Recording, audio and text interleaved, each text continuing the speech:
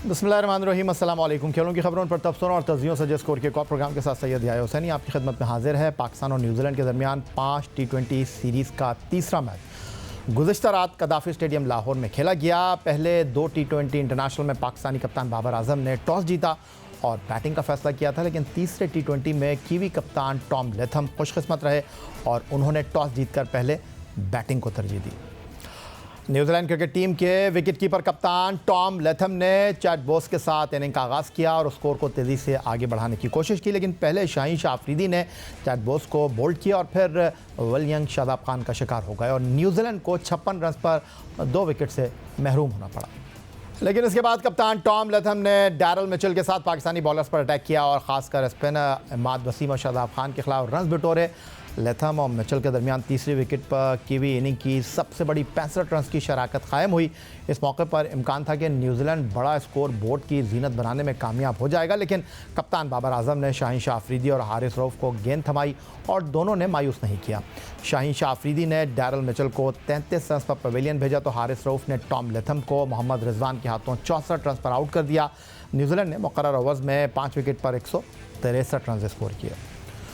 इब्तदाई 2 मुकाबलों में न्यूजीलैंड के खिलाफ रन्स के अंबार लगाने वाली टीम पाकिस्तान 164 रन के हदफ के ताक़ुब में इब्तदाई से मुश्किल सूरत हाल का शिकार रही। पहले कप्तान Babar Azam third man boundary पर कैच दे बैठे और फिर विकेट कीपर मोहम्मद रिजवान, जिन्होंने दूसरे T20 मैच में 50 रन की इनिंग खेली थी, वो रन आउट होकर पवेलियन लौट गए। पाकिस्तान की इब्तदाई विकटें खिज़ा रसीदा पत्तों की तरह बिखर गई। 164 रन के हदफ के ताक़ुब में बैटिंग ऑर्डर पर भी सवाल उठा और 88 रन पर पाकिस्तान के पहले 7 बैट्समैन पवेलियन लौट गए। 164 रन के हदफ के ताक़ुब में पाकिस्तान के 7 बैट्समैन पवेलियन लौट चुके थे और स्कोर बोर्ड पर सिर्फ 88 रन का हिस्सा जगमगा रहा था और यहाँ लगा कि न्यूजीलैंड की टीम एक आसान जीत को गले लगा लेगी। लेकिन फिर 8वें नंबर पर बैटिंग करने के लिए आने वाले तजुर्बेकार इफ्तिखार अहमद ने पाकिस्तान की बैटिंग को सहारा दिया और उनका भरपूर साथ दिया फ़हीम अशरफ ने और दोनों के दरमियान 61 रन की पार्टनरशिप ने मैच को एक लम्हे पर ऐसा लगा कि पाकिस्तान की झोली में डाल दिया है। फ़हीम अशरफ 14 गेंदों पर 27 रन बनाकर पवेलियन लौटे, जबकि उसके बरक्स उम्दा कारकर्दगी का मुजाहरा दूसरे एंड से इफ्तिखार अहमद ने जारी रखा। पाकिस्तान क्रिकेट टीम में बैटिंग ऑर्डर एक मसला रहा है और इफ्तिखार अहमद का यही शिकवा रहा है कि उनको बैटिंग ऑर्डर में कोई एक मुस्तकिल नंबर नहीं मिलता। इस बार वो तीसरे T20 मैच में 8वें नंबर पर शादाब खान, इमाद वसीम और शाहीन शाह अफरीदी से नीचे बल्लेबाजी करने के लिए आए, लेकिन उन्होंने बैटिंग में अपना हक अदा कर दिया और शानदार बैटिंग का मुजाहरा किया और सिर्फ 24 गेंदों पर 3 चौकों और 6 छक्कों के साथ 250 के स्ट्राइक रेट से 60 रन की शानदार इनिंग खेली। कदाफ़ी स्टेडियम लाहौर में 164 रन के हदफ के ताक़ुब में एक मरहले पर जब पाकिस्तान के 7 बैट्समैन 88 रन पर पवेलियन लौट चुके थे तो ऐसा लगता था कि पाकिस्तान टीम ये मैच नहीं जीत सकेगी, लेकिन फिर इफ्तिखार अहमद और फ़हीम अशरफ की शानदार बल्लेबाजी ने इस मैच को पाकिस्तान के हक़ में किसी हद तक कर दिया था। लेकिन फिर इस मैच का टर्निंग पॉइंट आया। आखिरी ओवर में इफ्तिखार अहमद का पवेलियन लौटना मैच को पाकिस्तान से दूर ले गया। पाकिस्तान और न्यूजीलैंड के दरमियान इस तीसरे T20 मैच में पाकिस्तान अगर जीत जाता तो सीरीज़ पाकिस्तान के हक़ में हो जाती, लेकिन अभी इस सीरीज़ के 2 मैच बाकी हैं। पाकिस्तान को 2-1 की सीरीज़ में बरतरी हासिल है क्योंकि न्यूजीलैंड की टीम ने तीसरा T20 मैच जीत लिया है। 4 रन से कामयाबी के साथ टॉम लेथम की क़यादत में पाकिस्तान का दौरा करने वाली न्यूजीलैंड की कमज़ोर टीम ने सीरीज़ में पहली कामयाबी हासिल कर ली है और सीरीज़ के बाकी 2 मैच अब पिंडी क्रिकेट स्टेडियम रावलपिंडी में मुनक्किद होंगे। न्यूजीलैंड की क्रिकेट टीम ने पाकिस्तान को तीसरे T20 मैच में 4 रन से शिकस्त दे दी। खेल में हार जीत हो जाती है, लेकिन न्यूजीलैंड की इस अहम खिलाड़ियों के बग़ैर पाकिस्तान का दौरा करने वाली टीम की पाकिस्तान में जीत हैरानकुन है। पाकिस्तान की वो टीम जो अपनी फुल स्ट्रेंथ के साथ इस सीरीज़ में शिरकत कर रही है, उसको तीसरे T20 मुकाबले में दिलचस्प और सनसनीखेज़ मुकाबले के बाद 4 रन से नाकामी का सामना करना पड़ा। एक मरहले पर बज़ाहिर ऐसा लगता था कि मैच एकतरफ़ा रहेगा और 77 रन पर 88 रन पर 7 विकेटें गिरने के बाद पाकिस्तान टीम इस मैच में टोटली बाहर हो गई थी। लेकिन 8वें नंबर पर आने वाले इफ्तिखार अहमद ने शानदार बल्लेबाजी का मुजाहरा करके इस मैच को पाकिस्तान की गिरफ्त में ला दिया था, लेकिन पैदर पे फ़हीम अशरफ और उनके आउट होने से पाकिस्तान टीम जीत से दूर हो गई। पाकिस्तान और न्यूजीलैंड के दरमियान इस तीसरे T20 मैच पर गुफ्तगू करने के लिए वीडियो लिंक पर हमारे साथ अमेरिका से मौजूद हैं टेस्ट फास्ट बॉलर जलाल उद्दीन साहब। टेलीफोन लाइन पर हमें ज्वाइन कर रहे हैं पाकिस्तान के टेस्ट फास्ट बॉलर क्रिकेट के सिकंदर बख्श साहब और रोज़नामा जंग कराची के senior cricket sports correspondent Abdul Majid Bhatti साहब। जलाल, आपकी तरफ आ जाता हूँ पहले। और जो खदशा दायर किया जा रहा था वो यही था कि न्यूजीलैंड की इस ऐसी टीम जिसमें अहम खिलाड़ी मौजूद नहीं हैं वो पाकिस्तान टीम को सरप्राइज़ कर सकती है। टीम पाकिस्तान की हिकमत अमली और इस मैच में वो सारी चीज़ें आया हो गई। जी हाँ, देखें, पहले और दूसरे मैच में उनकी जो परफॉर्मेंसेस थी न्यूजीलैंड की वो इम्प्रूव हुई और फाइनली तीसरा मैच उन्होंने जीत लिया। तो अपरेंटली जो बात नज़र आ रही है वो ये नज़र आ रही है कि वो इस सीरीज को सीरियस खेल रहे थे और डे बाय डे इम्प्रूवमेंट भी कर रहे थे। और उनकी बॉडी लैंग्वेज में 2 मैच हारने के बाद भी हमें ऐसा लगा कि वो इस चैलेंज को कबूल करके और मैच जीतना चाहते हैं। और जब पाकिस्तान टीम को अगर इसके बरक्स देखा जाए तो थोड़ा कैजुअल हमें उनका लगा, क्योंकि 2 मैच जीत चुके थे। और ये चीज़ें जब आप करते हैं तो कहीं ना कहीं फिर आपको हारने की भी गुंजाइश निकल आती है, क्योंकि इसमें आपने देखा कि बैटिंग ऑर्डर में भी कुछ मसले रहे और फील्डिंग में भी हमने थोड़े लैप्सेस किए। इसके बरक्स न्यूजीलैंड ने हर एरिया में अपने आप को कोशिश की कि वो करें। और इवन जब इफ्तिखार खेल रहे थे तो उनकी बॉडी लैंग्वेज में कहीं ऐसा नज़र नहीं आया कि वो ये मैच हार चुके। उन्होंने आखिर तक एफर्ट्स किए और फाइनली मैच जीते। और जीतना भी न्यूजीलैंड को ही चाहिए था। जिस सिचुएशन से इफ्तिखार ने मैच को चेंज किया वो एक रेयर होता है, कभी कभी इस तरह से आके मैच जिताते हैं, मगर फाइनली जीता। तो ये सिर्फ एटीट्यूड की मैं बात करूंगा इसमें कि ये एटीट्यूड से ये मैच को जो हम अगर कंपेयर करें दोनों टीमों को तो न्यूजीलैंड का एटीट्यूड बहुत डिफरेंट था एज कम्पेयर टू पाकिस्तान। सीधा आपकी तरफ आ जाता हूँ सिकंदर बख्श साहब मैं। और ऐसा लगता है कि इस टीम में सिर्फ बाबर आजम और रिजवान उनका नंबर तब्दील नहीं होगा और बाकी किसी के नंबर की कोई गारंटी नहीं है। लास्ट मैच में 19 गेंदों पर 33 रन स्कोर करके पाकिस्तान को 190 प्लस करवाने वाले इफ्तिखार अहमद चौथा छोड़ दें, पाँचवा छोड़ दें, ना तो शादाब खान, ना तो इमाद वसीम, ना तो शाहीन शाह अफरीदी उनसे ऊपर बैटिंग करने के लिए आने चाहिए। लेकिन इफ्तिखार को 8वें नंबर पर आपने खिलाया और 8वें नंबर पर भी आकर जो है उन्होंने आपको चने चबा दिए न्यूजीलैंड की टीम को। ये तो सबसे पहले तो वही बात करूंगा जो तुमने शुरू में कही थी कि ये एक हमें ख्याल रखना चाहिए कि न्यूजीलैंड की जो है ये बिल्कुल सी टीम है। 9 लड़के इनके प्रॉपर लड़के जो है वो नहीं आए पाकिस्तान टीम में और पाकिस्तान के तौर पे, और उसके बावजूद भी उन्होंने इतना ज़बरदस्त हमारे से मुकाबला किया। आज तो मैंने सोचा हुआ था कि 4 लड़कों की तब्दीलियां मेरे जहन में थी, मगर यहाँ पर सरासर मतलब ये पाकिस्तान की क्रिकेट के साथ ये ज्यादती है।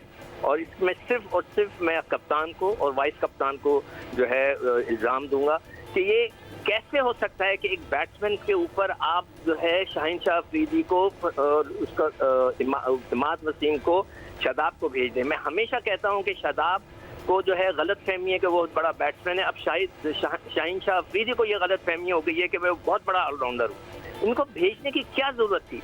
इस वक्त जो है इनको आना चाहिए था। अगर देखो जो एक बैट्समैन होता है वो T20 के मैचेस में भी जो ऊपर जाता है तो 2-4 ओवर लेता है सेटल होने के लिए, वो उनको देना चाहिए।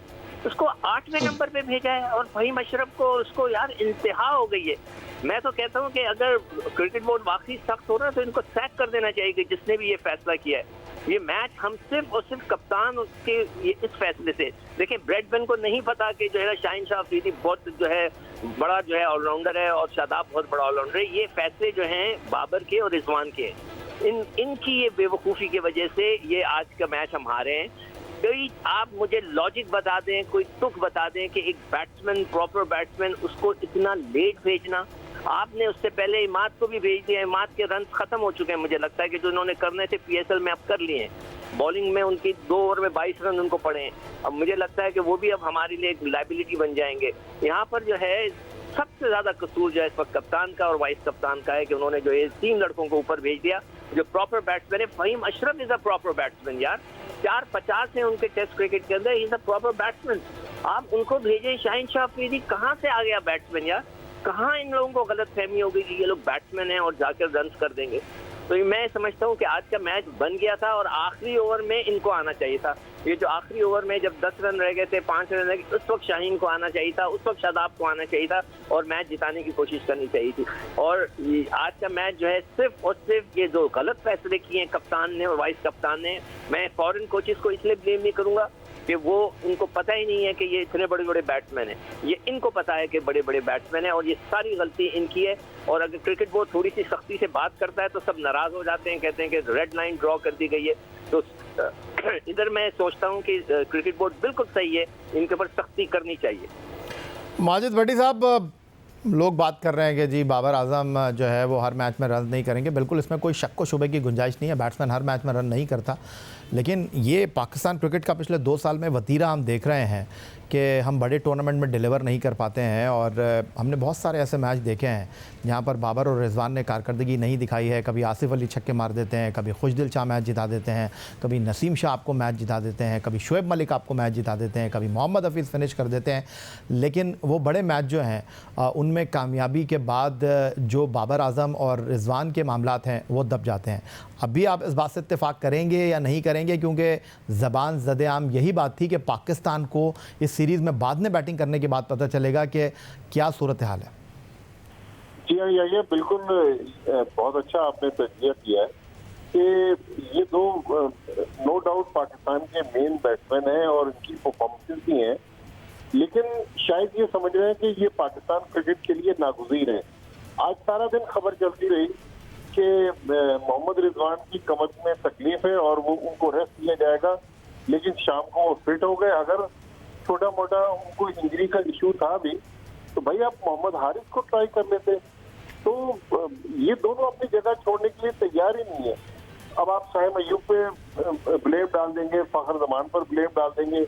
अगर मोहम्मद रिजवान आज का मैच ना खेलते तो कोई कयामत नहीं आ जानी थी, लेकिन क्योंकि ओवर कॉन्फिडेंट थी पाकिस्तान की टीम, उन्होंने कहा कि पहला मैच हमने 88 रन से जीता, दूसरा 38 रन से जीता।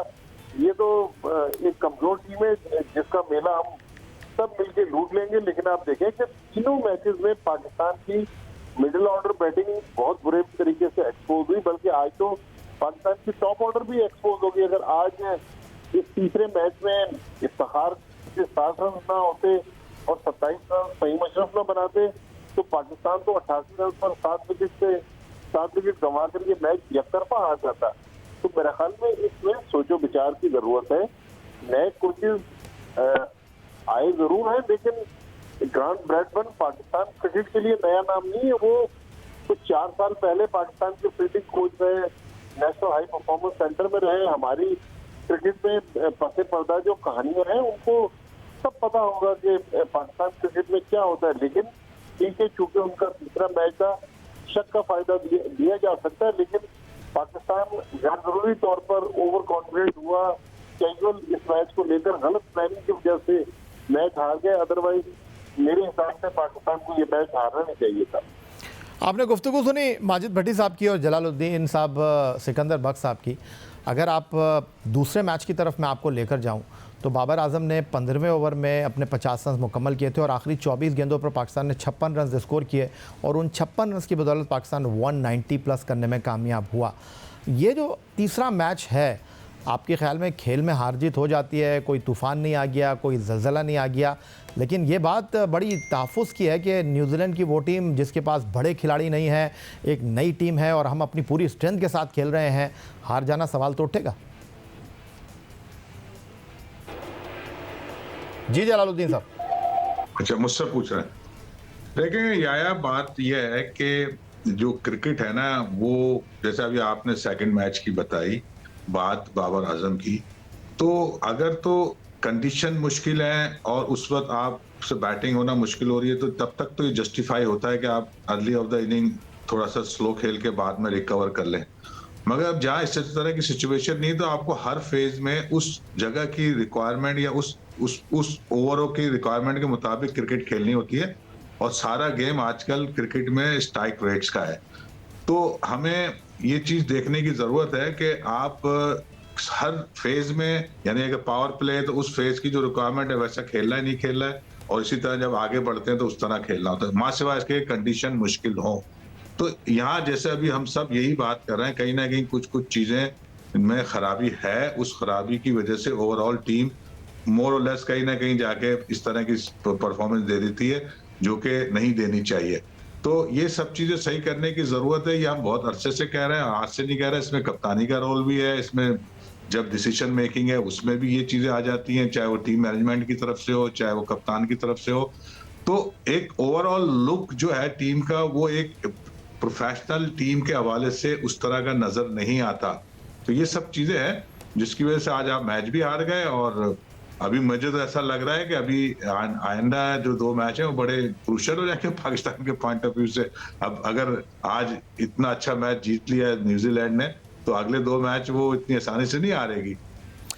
जलालुद्दीन हमारे साथ मौजूद रहेंगे वीडियो लिंक पर अमेरिका से। बहुत शुक्रिया आपका अब्दुल माजिद भट्टी साहब, और बहुत शुक्रिया आपका सिकंदर बख्श साहब, हमारे साथ टेलीफोन लाइन पर मौजूद थे।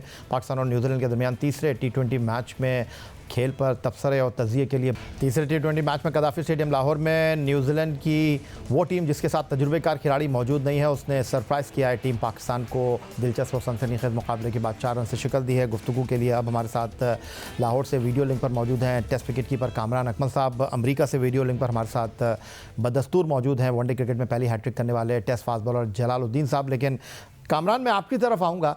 ऐसा पहली बार नहीं हुआ है कि हम एक छोटी टीम से हारे हैं। गुज़िश्ता 2 साल में अगर हम बात करें, हम होम ग्राउंड पर जिम्बाब्वे से हारे हैं, जिम्बाब्वे जाकर जिम्बाब्वे से हारे हैं, पर्थ में वर्ल्ड कप का मैच हम जिम्बाब्वे से हार गए हैं, हम रॉटरडैम में जिस तरह हॉलैंड के ख़िलाफ़ जीते हैं वो सबके सामने हैं, फिर हम एशिया कप हो या वर्ल्ड कप हो, हम छोटी टीमों के साथ जिस तरह मुश्किल सूरत हाल में जीतते हैं वो सबके सामने हैं, और वर्ल्ड कप के हम फाइनल तक पहुँचे। अगर नीदरलैंड की टीम साउथ अफ्रीका को ही हराती तो शायद हम नहीं पहुंचते।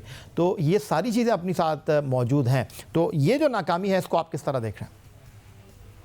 मैं इसी तरह ही देख रहा हूँ जैसे आपने इंट्रो में बताया, जिम्बाब्वे से हम पाकिस्तान में भी हार गए हैं, जिम्बाब्वे पे भी हार गए हैं, नीदरलैंड से हम बड़ी मुश्किल से जीते हैं, वर्ल्ड कप में हारे हैं। उस तरीके से देखूंगा, और गलतियां इसमें अपनी हैं, अपने ब्लंडर है। आप किसी को ब्लेम दें कि उसकी वजह से हारे हैं, मेरे ख्याल से कौन पूछने वाला है? इस जो कल मैच खेला गया, जो तीसरा T20 मैच खेला गया, कौन पूछेगा? बैटिंग ऑर्डर था या लाहौर की ये यहाँ पे धर्मपुरा ग्राउंड है, आपको आइडिया होगा, ग्रेट कादर भाई के सामने है, वहां पे मैच हो रहा था। जिस तरह से बैटिंग ऑर्डर भेज रहे हैं यार, इफ्तिखार को आपने 8वें नंबर पे भेजा, ये कौन डिसीजन लेने वाला है? कौन पूछने वाला है? इस चीज पे तो मैनेजमेंट को तो सामने खड़ा करके पूछना चाहिए कि आप कैसे कर सकते हो ऐसे। ये इंटरनेशनल मैच हो रहा था, आप ओपनर्स को सेटल कर रहे हैं, 4 पे जबरदस्ती, 5 पे जबरदस्ती सेटल कर रहे हैं, उसके बाद आप चेंज विनिंग कॉम्बिनेशन को चेंज करके नसीम शाह को खिला रहे हैं। पहला हक इसानुल्लाह का बनता था, नो डाउट जमान खान भी बड़ा जबरदस्त है,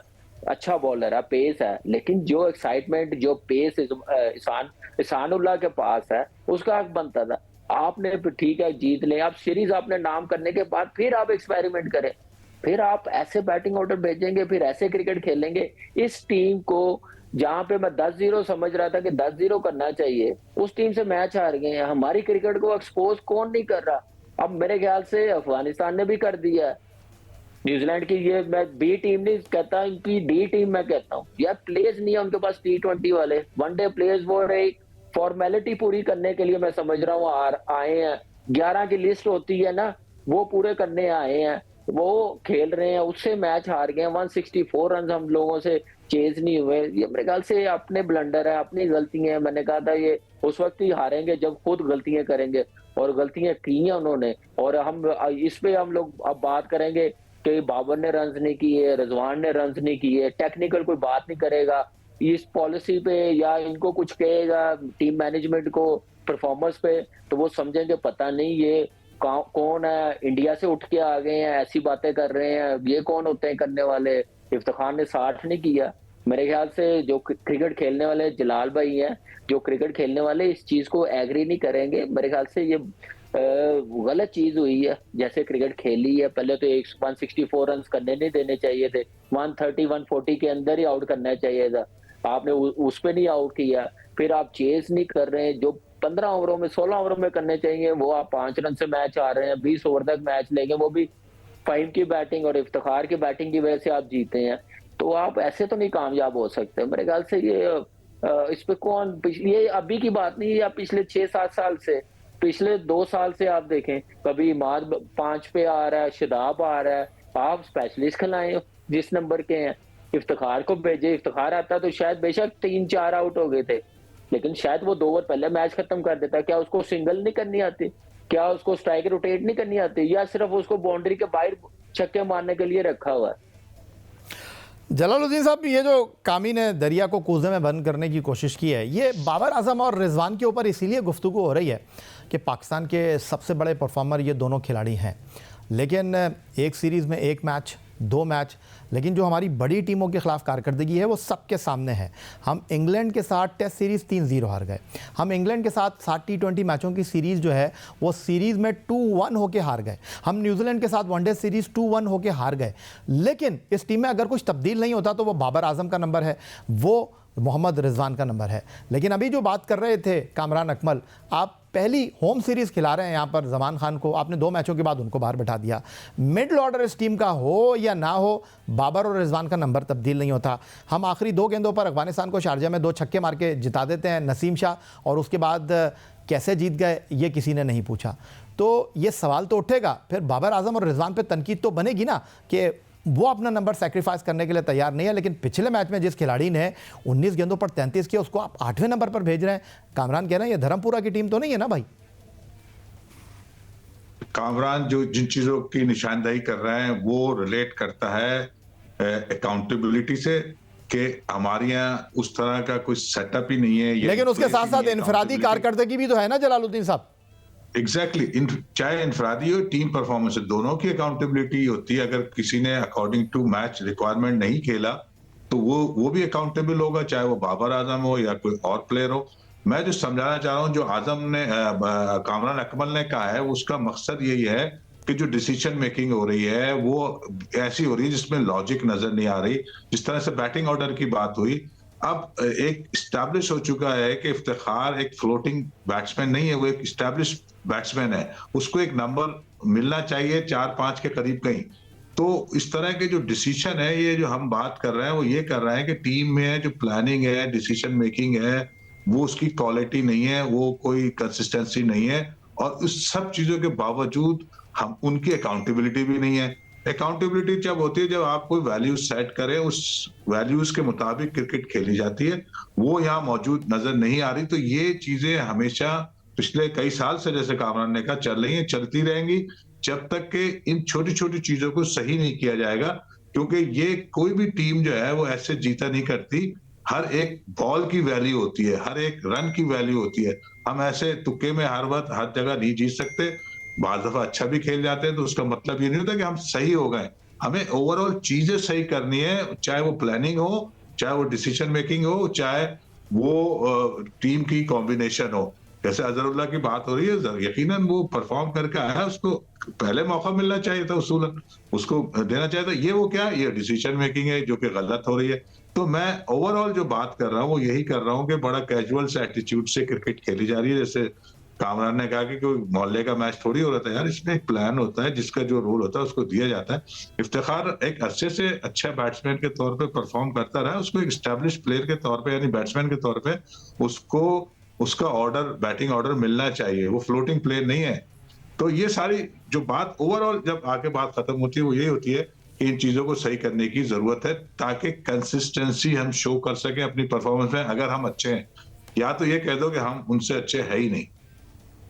लेकिन कामरान, ये जो अभी ये बात हो रही थी बाबर और रिजवान की, इसीलिए इनकी बात होती है कि पाकिस्तान टीम के सबसे ज़्यादा मुस्तकिल मिजाज खिलाड़ी ये हैं। लेकिन अगर पाकिस्तान टीम के पिछले 2 साल में कामयाबियों की हम बात करते हैं तो कामयाबियों में इन 2 खिलाड़ियों का किरदार आपको दिखाई नहीं देता। लेकिन इंडिविजुअल कैपेसिटी में अगर हम बात करते हैं तो बहुत आगे ये दोनों खिलाड़ी आपको दिखाई देंगे। लेकिन इन 3 मैचों तक मैं महदूद रहूँगा। शादाब खान का इस टीम के साथ क्या रोल है? वो पीएसएल में इस्लामाबाद यूनाइटेड के लिए नंबर 4 पर बैटिंग करने के लिए आते हैं। हमने शारजा में देखा कि उन्होंने अपने ऊपर इमाद को भेज दिया, उन्होंने अपने ऊपर जो है वो आज़म खान को भेज दिया, जो कि इस्लामाबाद यूनाइटेड से उनसे नीचे बल्लेबाजी करने के लिए आते हैं। अब जब पिछले मैच में पाकिस्तान ने 24 गेंदों पर आखिरी 56 रन बनाए थे, बाबर के साथ अच्छा फिनिश किया था इफ्तिखार अहमद ने, तो फिर इस मैच में नंबर 5 पर शादाब खान का बैटिंग आना इस मैच को अगर मैं ये कहूं कि पाकिस्तान के हाथ से मैच निकालने का एक अहम नुक्ता था, इत्तेफाक करेंगे आप इस बात से? देखिए, ये तो बात आप इस मैच पे ना रिलेट करें। ये अब वो कोच हमारे जो न्यूजीलैंड टीम आई हुई है उस डगआउट में बैठे हुए हैं जिन्होंने ये एक्सपेरिमेंट करने शुरू किए हैं। वो हेड कोच थे, कप्तान यही थे। जहां तक आपने बात की है कि बाबर और रिजवान को ही ज्यादा पूछेंगे, वो अपना नंबर चेंज नहीं करते। देखिए, इन दोनों ने अपनी जगह खुद बनाई है, अपनी परफॉर्मेंस से बनाई है ओपनर। इससे पहले फखर था T20 में, और पाकिस्तान की हिस्ट्री में T20 में जैसा इन्होंने एज ओपनर परफॉर्म किया, किसी ने नहीं परफॉर्म किया, और ऐसे ही करते जाए। जब ये 11 में या 15 में है ना, तो फिर आप इनको ऊपर नीचे नहीं कर सकते। इनका जो नंबर है, जहां पे इन्होंने परफॉर्मेंस दी है, उसी नंबर पे खिला सकते हैं आप। उस वक्त आप इनको चेंज करें। आप ये ना कहें कि इनका बैटिंग ऑर्डर नीचे आ जाए। आप उन ओपनर को उस वक्त खिला सकते हैं जब ये रेस्ट करना चाहे, या इनको रेस्ट करवाएं। जैसे अफगानिस्तान के साथ सीरीज हुई है, ऐसी टीमें आई है, जैसे न्यूजीलैंड टीम आई है, उस वक्त आप रेस्ट करवा के अगले को, दूसरे को, किसी को ओपन भिजवा सकते हैं। अगर आप स्क्वाड का हिस्सा है, मेरा नहीं ख्याल कि किसी की भी जगह बनती है। आप फिर स्पेशलिस्ट के साथ जाएं। मिड ऑर्डर है तो मिड ऑर्डर के साथ जाएं। आप जबरदस्ती ना किसी को सेटल करें और उसके नंबर से हट के। जैसे पिछली जो बोर्ड था, उन्होंने चेंज की ओपनर्स की। शान को 4 पे खिलाना शुरू कर दिया, हारिस को 4 पे लाना शुरू कर दिया। ये देखे, मेरे जैसा क्रिकेटर मैंने क्रिकेट खेली जितनी, अल्लाह का शुक्र है इस पाकिस्तान के लिए 15-16 साल। जलाल भाई ने इंटरनेशनल क्रिकेट, डोमेस्टिक, हर बच्चे को अपने हाथों से खिलाया, डोमेस्टिक खिलाई है। इन जैसे क्रिकेटरों को ये बेवकूफ नहीं बना सकते, ये दिखा रहे हैं। और 5 नंबर पे आप कैसे डिसीजन ले सकते हैं या किसी ऑलराउंडर को खिलाना? मुझे परफॉर्मेंस गिना दे, नवाज की भी, वो बाहर बैठा हुआ है, शादाब की भी गिना दे 5वें नंबर पे। उसके बाद मुझे इमाद की भी दिखा दे। यार, आप ये क्रिकेट लीग क्रिकेट नहीं हो रही। ये मुझे समझ नहीं आ रही थी कि ये इंटरनेशनल मैच समझ के खिला रहे थे। आप बैटिंग ऑर्डर भेज रहे थे। आप में इतना तप्पड़ है, इतना दम खम है। अब मुझे बताएं, विराट कोहली ऊपर से आउट हो जाते हैं, क्या वो 4 पे आता है? या वो हार्दिक पांड्या 8वें नंबर पे आ जाता है? उसका एक नंबर है, उसी नंबर पे आता है। श्रेय अय्यर आता है 5वें पे, तो 5वें पे आता है। छठे पे नंबर है कवा, हार्दिक पांड्या तो छठे पे ही आना है। वो उससे बड़ी हिट तो नहीं ना इस क्रिकेट में मार सकते। तो ये समझना चाहिए, ये आप इस रोल को डिफाइन कर देते हैं बैट्समैनों के लिए कि ये सिर्फ पावर हिटिंग करेंगे। आपने आगे 3 बैट्समैन गायब कर दिए, खुशदिल शाह, हैदर अली, आसिफ अली, इसी रोल के लिए 3-4 छक्के मारे। तो जब नहीं लगते तो आप जैसे, हमारे जैसे, फिर हम लोग बात करते हैं, उन प्लेयरों की बात करते हैं, लेकिन हम लोग बात गलती की नहीं करते। जो डिसीजन लेते हैं उनकी बात नहीं करते, हम प्लेयरों को क्रिटिसाइज करना शुरू कर देते हैं। उनकी खराब परफॉर्मेंस है, हम ये नहीं देखते। जो जलाल भाई बता रहे हैं, मेरा कहने का मतलब ये, चेक एंड बैलेंस किसने करना है, अकाउंटेबिलिटी किसने करनी है, वो कौन पूछेगा? चेयरमैन साहब, अगर वो चेयरमैन पाकिस्तान क्रिकेट बोर्ड है, मेरा मौकफ है, अगर कोई गलती करता है टीम मैनेजमेंट या प्लेयर, तो उनका काम है पूछना। वो कह देंगे मेरी डोमेन नहीं है, मैंने टीम हायर कर दी है। फिर आप क्यों बैठे हुए हैं? चले जाए। यही मैं एहसान मानी के लिए कहता था, उससे हर बोर्ड से पहले जो भी चेयरमैन होता है उनके लिए कहता था। मैं आज सेठी साहब के लिए भी कहता हूं कि आपने अकाउंटेबिलिटी नहीं करनी तो फिर आप चले जाएं। आपने टीम बना दी, या टीम चलती रहेगी, आप चले जाएं घर। फिर जैसे भी डिसीजन हो एक्सेप्ट करेंगे। लेकिन मेरे ख्याल से ऐसे क्रिकेट ऊपर नहीं जाएगी जब तक पूछेंगे नहीं, चेक एंड बैलेंस नहीं होगा, हार्ड डिसीजन नहीं लेंगे, तो उतनी देर अच्छा काम नहीं होगा। और ऐसे काम करके तो बिल्कुल ही नहीं हो सकता। पाकिस्तान की क्रिकेट को एक्सपोज कर रही है हर छोटी टीम आके। अकाउंटेबिलिटी की बात कर रहे हैं जलालुद्दीन साहब, कामरान अकमल, तो अकाउंटेबिलिटी की तो बात की थी नजम अजीज सेठी साहब ने। उन्होंने कहा था कि जी तीनों फॉर्मेट के कप्तान जो है वो अलग अलग दुनिया एक्सपेरिमेंट कर रही है, तो हम क्यों नहीं कर सकते? तो उस पर आपको पता है कि एक तूफान सा आ गया। और मैं आपसे ये जानना चाहता हूँ, कुछ दिन पहले आपने हमारे प्रोग्राम में कहा था कि मैं देखना चाहता हूँ ये मैनेजमेंट क्या नई चीज़ लेकर आती है। वो तो डाबी शायर में बैठे हुए हैं आपके जो डायरेक्टर क्रिकेट है मिकी आर्थर साहब, लेकिन ये जो ब्रेड बन है उनकी तो ये पहली सीरीज़ है। लेकिन बाबर आजम तो पिछले 3 साल से पाकिस्तान टीम के कप्तान हैं, उनको ये जिम्मेदारी देनी पड़ेगी, उनको ये जिम्मेदारी लेनी पड़ेगी कि भाई कैसे नंबर चेंज हो रहे हैं। अपना नंबर उनका चेंज नहीं हो रहा, आप बॉलिंग में भी तब्दीलियां कर रहे हैं, आप मिडिल ऑर्डर को सेटल नहीं होने दे रहे, तो बाबर आजम की यहाँ जिम्मेदारी बनती है या नहीं बनती? डेफिनेटली बनती है। देखें, अब क्रिकेट में पहले तो एक ही लीडर होता था जो कि कप्तान होता था, अब 2 लीडर होते हैं, कोच जो हेड कोच होता है और जो कप्तान, दोनों मिलके जो फैसले करते हैं और दोनों उसके जिम्मेदार होते हैं। टीम हारती है तो भी जिम्मेदारी लेनी पड़ती है और जब जीतती है तो भी उनको क्रेडिट मिलता है। अब मसला जो यहाँ आ रहा है वहां यहाँ ये चीजें आ रही है जो हम बार बार हाईलाइट कर रहे हैं कि जो डिसीजन मेकिंग है, फैसले जो करे जा रहे हैं, वो फैसले किसी को बाहर से बैठ के समझ में नहीं आ रहे, ना वो इन चीजों को एक्सप्लेन कर तो रहा है। तब्दीलियां भी भाई तो ये नहीं हो रही सर फैसले क्या ड्रेसिंग है? रूम में। 5 खिलाड़ियों को रेस्ट नहीं, कराया मैं- था तो आपको पता तूफान आ गया था। मैं ये कह रहा हूं कि हाँ नहीं, जो 5 खिलाड़ी को रेस्ट कराया था तो उसको भी डिफाइन करने की जरूरत होती है। एट रैंडम आप कोर को हटा के नए को खिला दें, वो भी सही नहीं होता। आपको एक सिस्टमेटिकली कुछ लोगों को लेके चलना होता है, कुछ के साथ नए लड़कों को खिलाना होता है। ये एक प्लानिंग का हिस्सा होता है, इसको समझने की जरूरत है। जो अकाउंटेबिलिटी आप कर रहे हैं ना, अकाउंटेबिलिटी ऐसे नहीं होती। पहले आप वैल्यूज एग्रीड कराते हैं विद द प्लेयर्स कि भाई हम इस तरह इस सीरीज को खेलेंगे, यही हमारे वैल्यूज है, हम टीम के लिए खेलेंगे, हम ये स्ट्राइक रेट पे खेलेंगे, हम इस तरह बॉलिंग करेंगे। जब हम उस तरह नहीं करते तो फिर उसके अगेंस्ट हम डिस्कस करते हैं, उसको बेहतर करने की कोशिश करते हैं और अगर फेल होता है तो फिर आप अकाउंटेबिलिटी करते हैं। तो अकाउंटेबिलिटी करने का भी एक प्रोसीजर है। जो आप कह रहे हैं मैं उस बात से एग्री कर रहा हूँ। बाबर आजम हो या रिजवान हो, दोनों को अगर स्ट्राइक रेट का इश्यू आता है तो वो ऐसे प्लेयर हैं कि वो अपनी चीजों को बेहतर कर सकते हैं। पहले हम उनसे बेहतरी की बात करेंगे, फिर उनसे कहेंगे कि अगर नहीं आपसे हो रहा तो फिर आप अपना नंबर नीचे करें।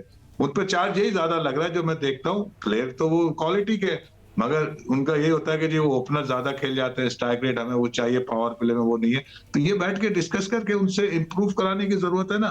क्यों नहीं कर सकते? वो इंप्रूव कर सकते हैं। ये ईगो का इश्यू क्यों बना हुआ है? और जहां तक रहा बाकी चीजों का, तो उसकी भी अकाउंटेबिलिटी की जरूरत है। और मैं आपसे एग्री कर रहा हूं कि यहाँ पे बहुत सी चीजें सही होने की जरूरत है और उसका जिम्मेदार टीम एंड टीम मैनेजमेंट ही होती है, कप्तान एंड टीम मैनेजमेंट होती है। बहुत शुक्रिया आपका जलालुद्दीन साहब हमारे साथ मौजूद थे। बहुत शुक्रिया आपका कामरान अकमल साहब हमारे साथ मौजूद थे। और पाकिस्तान और न्यूजीलैंड के दरमियान 5 T20 मैचों की सीरीज़ के तीसरे मैच में टीम पाकिस्तान की 4 रन से शिकस्त के बाद जो सवालात उठ रहे हैं, बिलखुसूस पाकिस्तान टीम के बैटिंग ऑर्डर के हवाले से, वो इंतहाई तहफ़्फ़ुज़ात का सबब हैं। और इस हवाले से हमारे दोनों मेहमानों की गुफ्तगू आपने सुनी। यही आज का हमारा ये प्रोग्राम था। ट्विटर पर आप मुझे फॉलो कर सकते हैं, आप हमें ईमेल कर सकते हैं, अपनी राय से आगाह कर सकते हैं score@jio.tv पर। इस दुआ इस उम्मीद इस तवक्को के साथ कि पाकिस्तान में खेल और खिलाड़ी तरक्की करते रहें। सैयद याहिया हुसैनी को स्कोर की पूरी टीम के साथ अगले प्रोग्राम तक के लिए इजाज़त दीजिए। अल्लाह हाफ़िज़।